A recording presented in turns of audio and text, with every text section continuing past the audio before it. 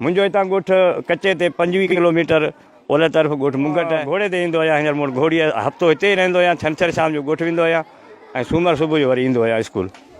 इन वक्त मेहारी में मौजूद आहियूं। मेहारी जो प्राइमरी स्कूल आहे। बोल कंदासीं साईं ज्ञान सां त हू कीअं सफ़र करे थो। हितां खां मुंहिंजो ॻोठ 25-26 किलोमीटर ओलह तरफ़ आहे।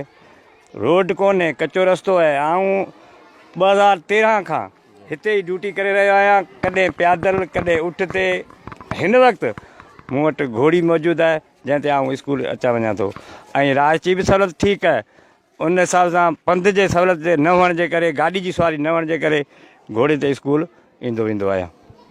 ऐं ड्यूटी करणु असांजो फ़र्ज़ु आहे, उनजे करे असांखे ड्यूटी करणी आहे। कहिड़े बि नमूने करियूं, घोड़ी ते करियूं, प्यादो करियूं, गाॾी में करियूं, ड्यूटी असांखे करणी आहे। असां ते फ़र्ज़ु रखियल आहे, असीं निभायूं था।